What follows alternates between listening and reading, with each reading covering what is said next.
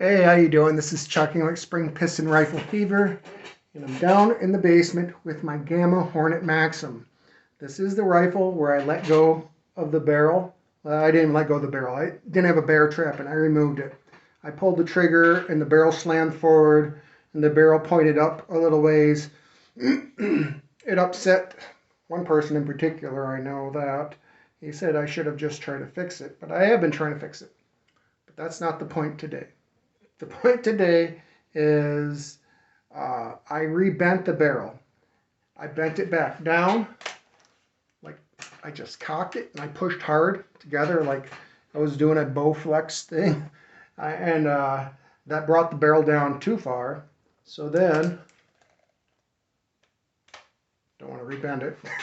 Then I went up to a post, and like one of the posts down here in the basement, and I pushed against the barrel right here, right where it begins, right where the so-called barrel block is. So that straightened it out a little bit more, and I kept on fiddling with it until I was hitting Mr. Raccoon right in the nose, right there. It's kind of hard to see. See if I can find something to stick through his nose. One of my punches. Mr. Raccoon. Hey, Mr. Raccoon.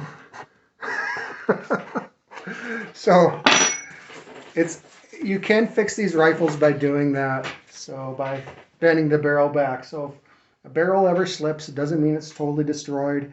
It might break the stock. I've heard that if you let go of the barrel with a wood stock, that it will bust it, usually right here.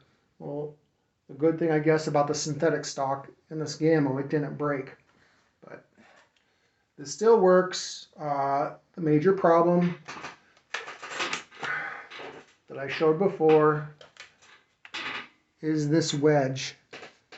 This wedge detent, it doesn't wiggle quite as much anymore because I put a piece of plastic there, but it still is not locking it up very well.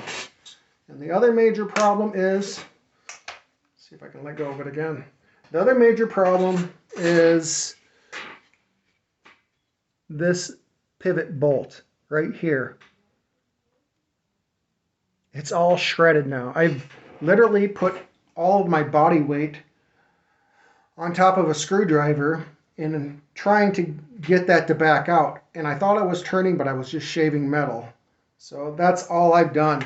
Somebody with more mechanical skills, maybe you could get that out, because what needs to happen, I need to either put a new wedge detent in there and or a spring, probably both. This one wiggles around and it's not locked up very good, and that's going to cause inaccuracy.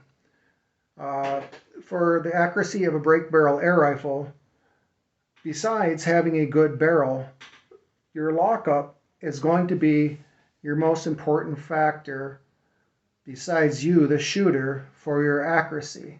If you don't have a good lockup on your break barrel, your shots are going to be all over the place. When I first noticed the problem with this rifle, it was early this fall. I was out shooting, and my shot group was about 1.5 feet at 20 yards. So it wasn't locking up the way it was supposed to be.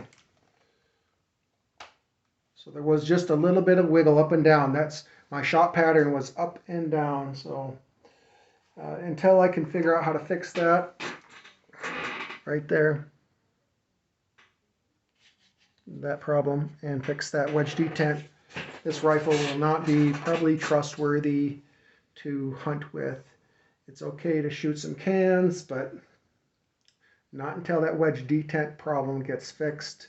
Gamo, if you're listening, you need to switch to an all-metal breech block. The synthetic barrel shroud is not that big of a deal. It doesn't look as nice, but you need an all-steel breech block and wedge detent for lockup. That's going to improve your rifles greatly. I think you should learn from BSA.